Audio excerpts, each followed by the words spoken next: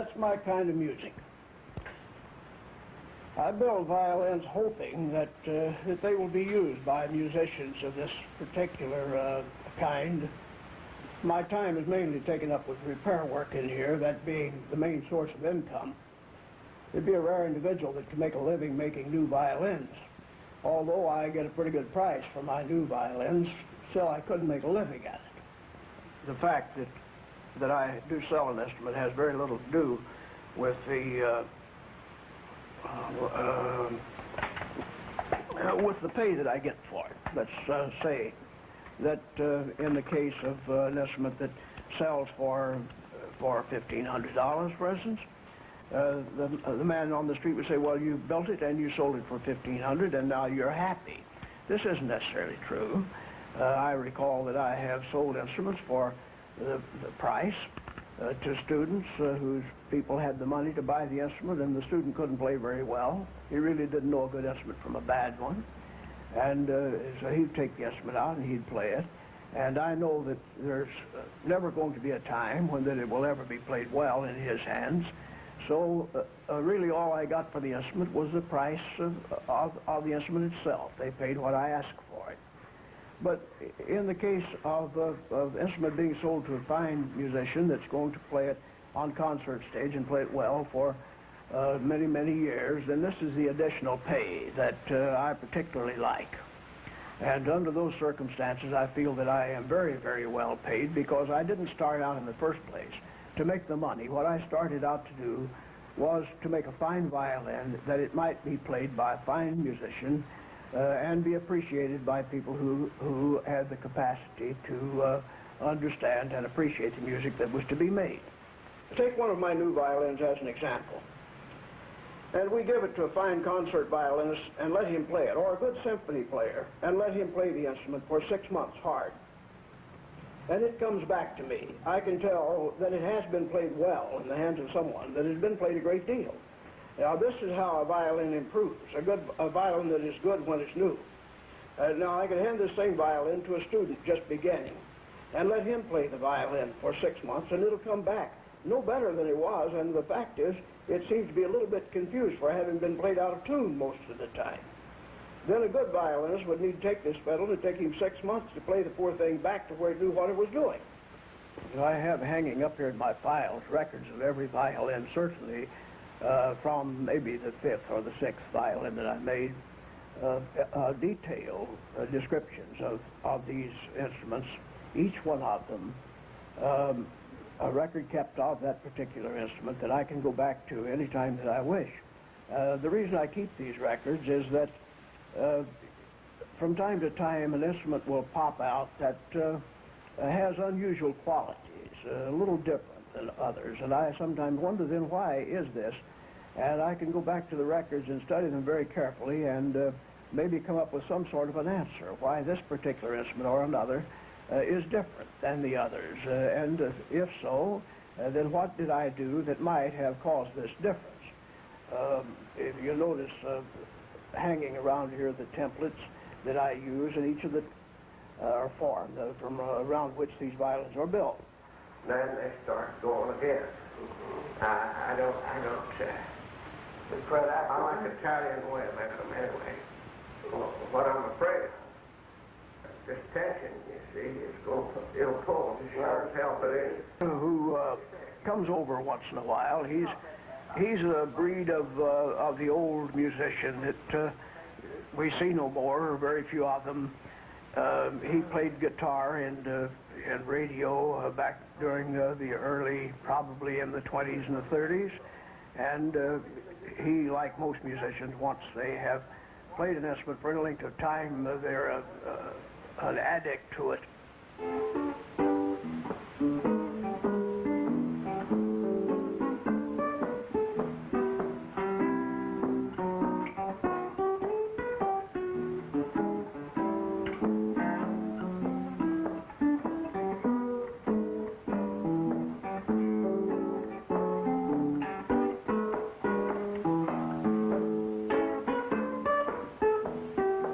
And now that he has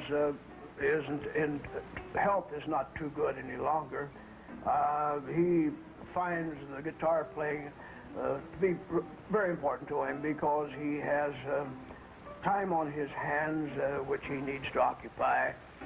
And he plays still rather well, at least he enjoys it thoroughly.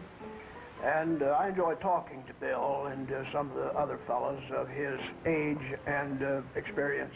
He knows lots of the old musicians who used to play in the big bands, and Bill as well. Played guitar with some of the big dance bands that we used to hear about. And those fellows, it's a great shame that we don't hear much of them, or we don't have their counterparts anymore, because these men usually were pretty thoroughly educated musicians, unlike some of our modern musicians who play a few chords and pay lip service to music. These men put in lots of time and worked hard at being a musician.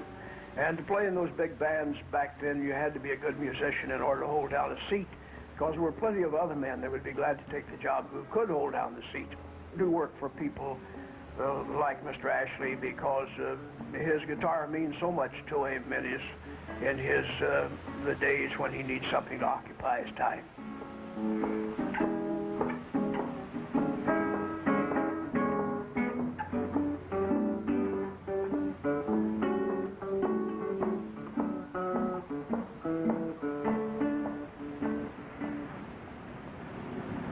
I often look back and remember the days when I was a child, a young lad growing up. This is a sure sign of old age, so they tell me.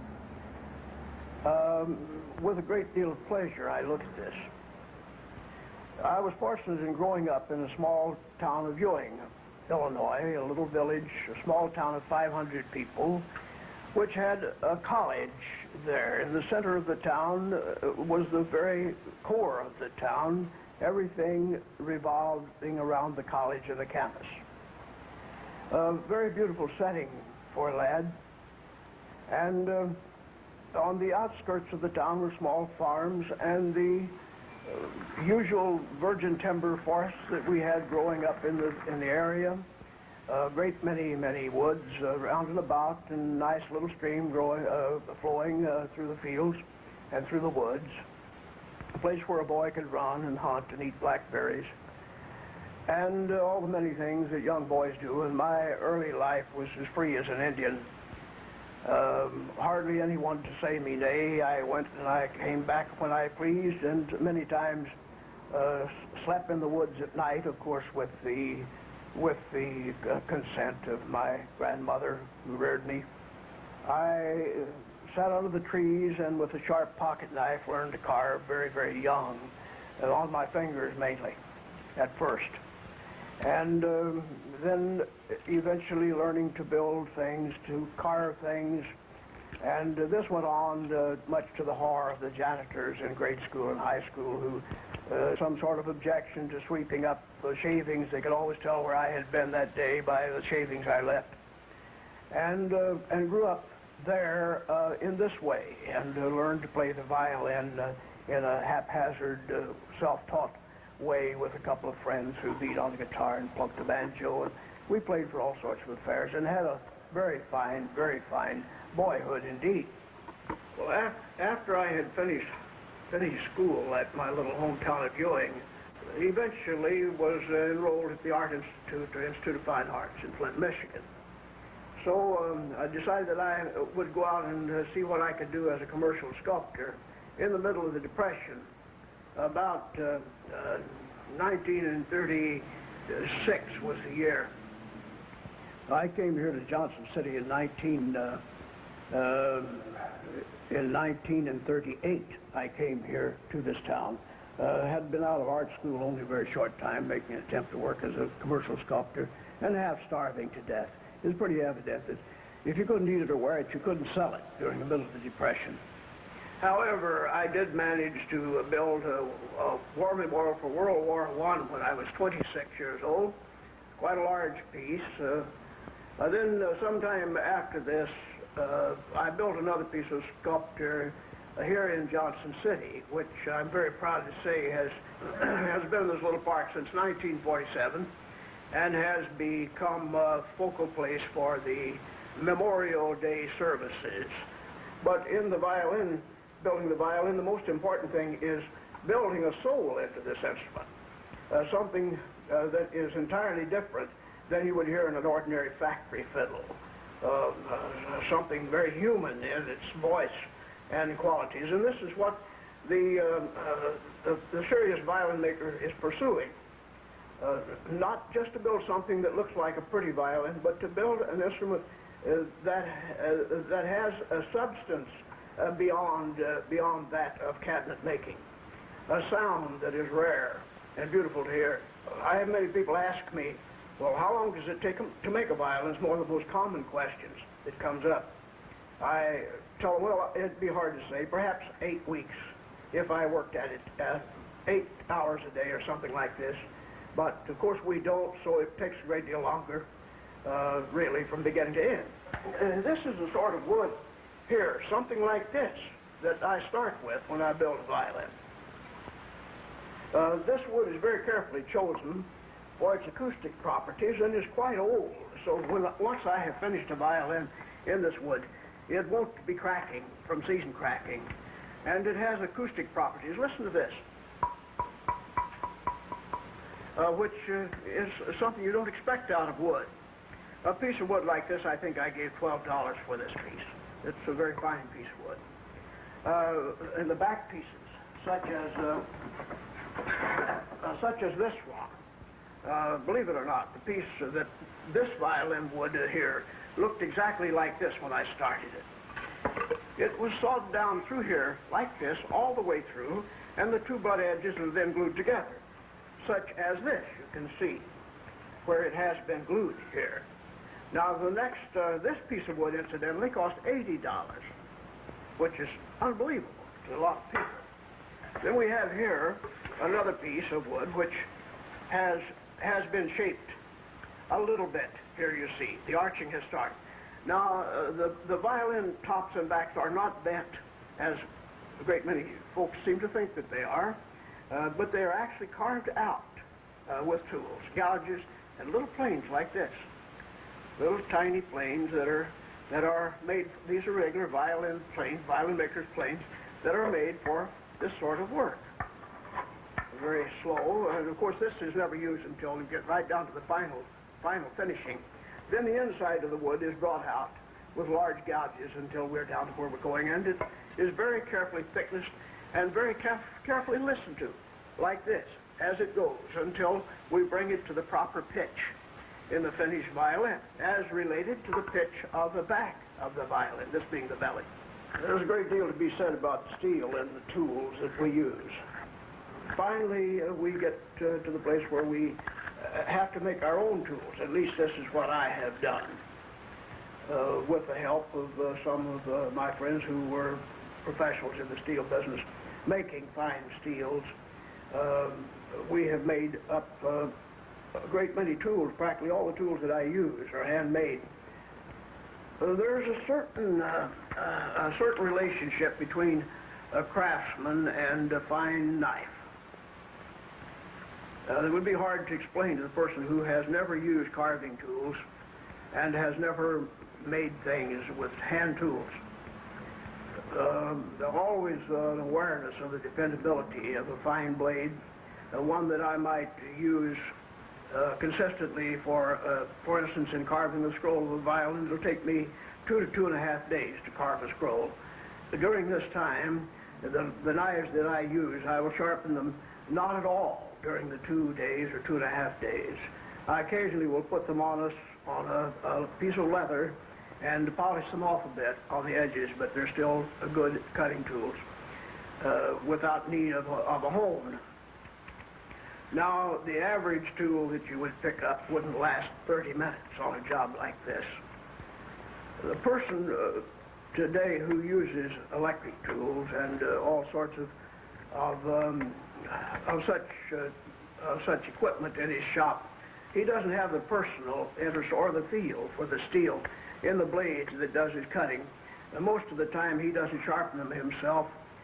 He pays very little attention to them, as a matter of fact, and certainly they're not a close friend of his, such as would be a knife that I use or other people who do handwork, entirely handwork and nothing else, with the tools that they use. Now, this is something of a pity. It's a little bit similar to the man who gets in an airplane and flies cross country without seeing the earth that's under him. So it is with fine tools that are used by hand, that we get a feel for the materials that we're using that couldn't possibly be gotten by a man who's using electrical instruments of some sort.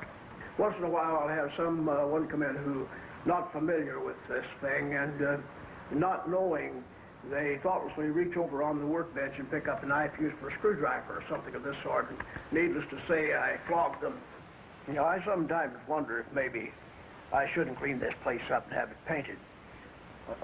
Now I have become so accustomed to working in the place, in this mess, that I think I'd find it a little bit difficult to work in the place if it were a little bit cleaner, and people would be disappointed because even the newspaper people make all sorts of snide remarks about the place, the windows needing washing, and that one fellow even said that the place had been here for 34 years, and by the appearance of it, that it had never had the windows washed nor the floor swept since.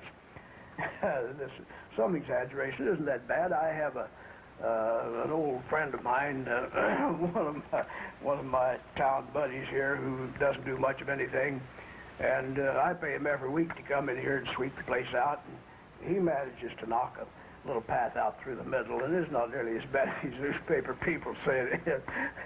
However, he never has washed the windows. If he's ever dusted, I've never caught him at it.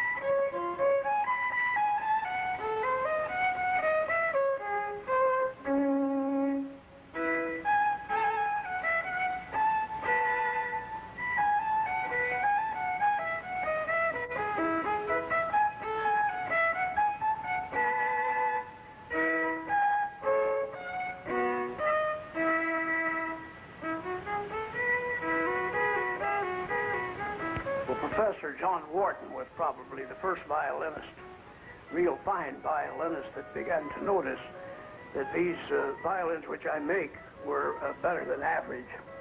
And he incidentally owns one of my new violins, which is now being played by his daughter Jean. And she, within her own rights, is a very fine little violinist. I'm very proud of the fact that not too long ago she, with a small group of musicians, played a concert in Carnegie Hall, and at which time she used the violin which belonged to her father, one of mine.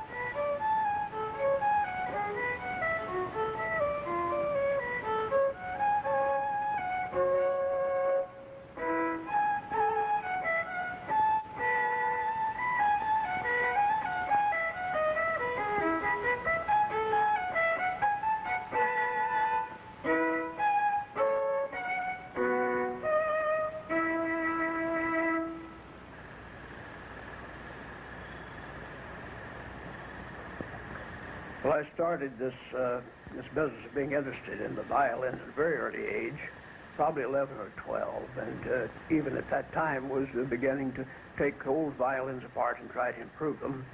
Of course, this goes on year after year, and learning a little and learning not much. through the years that I did put in studying sculpture.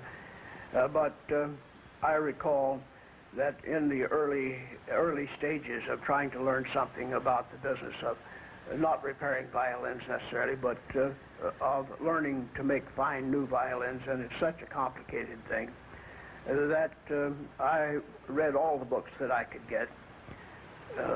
Then went here and there to violin makers, trying to talk to them to learn something about some of the things that are required in order to make a fine instrument. Coming home completely disappointed and sometimes pretty annoyed with human beings in general, because I gathered that most of them were not telling me even what they knew, and later I discovered that most of them didn't know anything to tell me. But this provoked me to such an extent that I promised myself that if I ever learned anything about the making of violins to the point where it might be of, my knowledge might be of value to some young fellow who was clamoring around trying to discover something about the making of new violins, not necessarily how to make money, but how to build fine instruments, that I would never would I lock the doors on the man, nor never would I refuse to give him information that would be of some use to him. And I've bent the ears of many a young man coming to this place who went away knowing a great deal more than he did when he came in.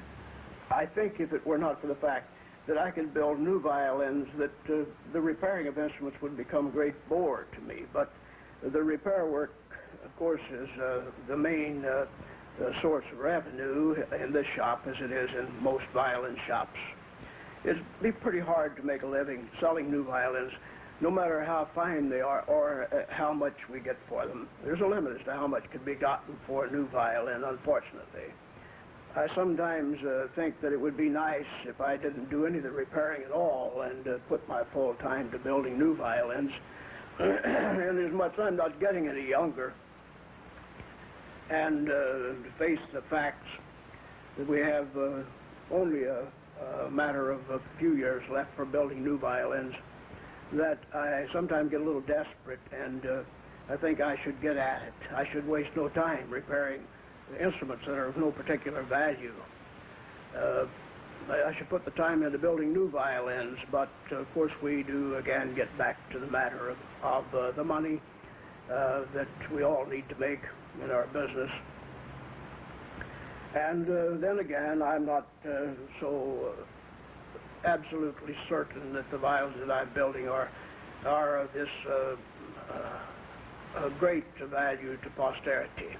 I like to think that they are. A great many people today think that they are. But I think maybe I'm less certain than any of them about this matter.